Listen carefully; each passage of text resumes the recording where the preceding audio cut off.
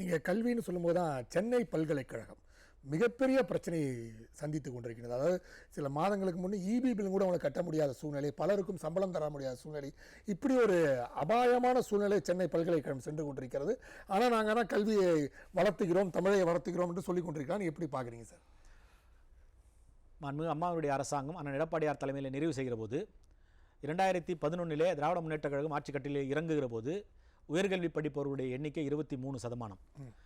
மாண்புமிகு அண்ணன் எடப்பாடியார் ஆட்சியை நிறைவு செய்கிற போது உயர்கல்வி படிப்பவர்களுடைய எண்ணிக்கை இந்தியாவிலேயே எந்த மாநிலத்திலும் இல்லாத அளவிற்கு தமிழ்நாட்டிலே 47% உயர்த்தி காட்டிய அரசு அண்ணன் எடப்பாடியாருடைய அரசு.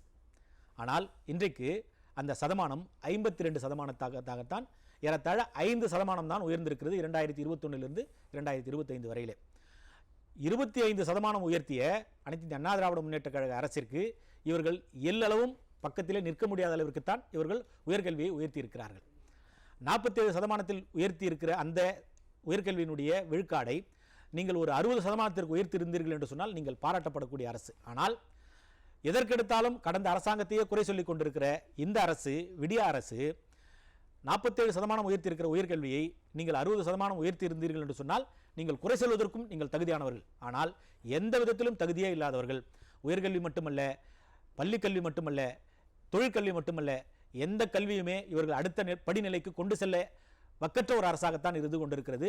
காரணம், ஒரே ஆண்டிலே 11 மருத்துவக் கல்லூரிகளை கொடுத்திருக்கிறோம், ஒரே ஆண்டிலே 6 சட்டக்கல்லூரிகளை கொடுத்திருக்கிறோம், 53 கலை அறிவியல் கல்லூரிகளை கொடுத்திருக்கிறோம், 19 பல வகை தொழில்நுட்ப கல்லூரியை கொடுத்த அரசு இந்தியாவில் எந்த மாநிலத்திலும் இல்லாத தமிழக அரசாங்கம் அனைத்து இந்திய அண்ணா திராவிட முன்னேற்ற கழக அரசாங்கம், அண்ணன் எடப்பாடியார் தலைமையிலான அரசாங்கம். ஆனால் இப்படி மார்தட்டி சொல்லக்கூடிய ஏதாவது ஒரு திட்டம் இருக்கிறது என்று சொன்னால் நிச்சயமாக கிடையாது. வேறு துறையில் இருக்கக்கூடிய பணத்தை எடுத்து வேறு துறைக்கு செலவு செய்வது, அந்த துறையை காலியாக்குவது, இது போன்ற செயலைத்தான் தொடர்ந்து செய்து கொண்டிருக்கிறது. அது போன்ற செயலை தொடர்ந்து செய்து கொண்டிருக்கிற போதும் நீதிமன்றம் பல வழக்குகளில் இவர்களை கொட்டி அந்தந்த துறைக்கான பணத்தை அந்தந்த துறைக்குத்தான் செலவிட வேண்டும், வேறு துறைக்கு பயன்படுத்தக்கூடாது என்கிற பல தீர்ப்புகளை உயர்நீதிமன்றம் வழங்கியிருக்கிறது.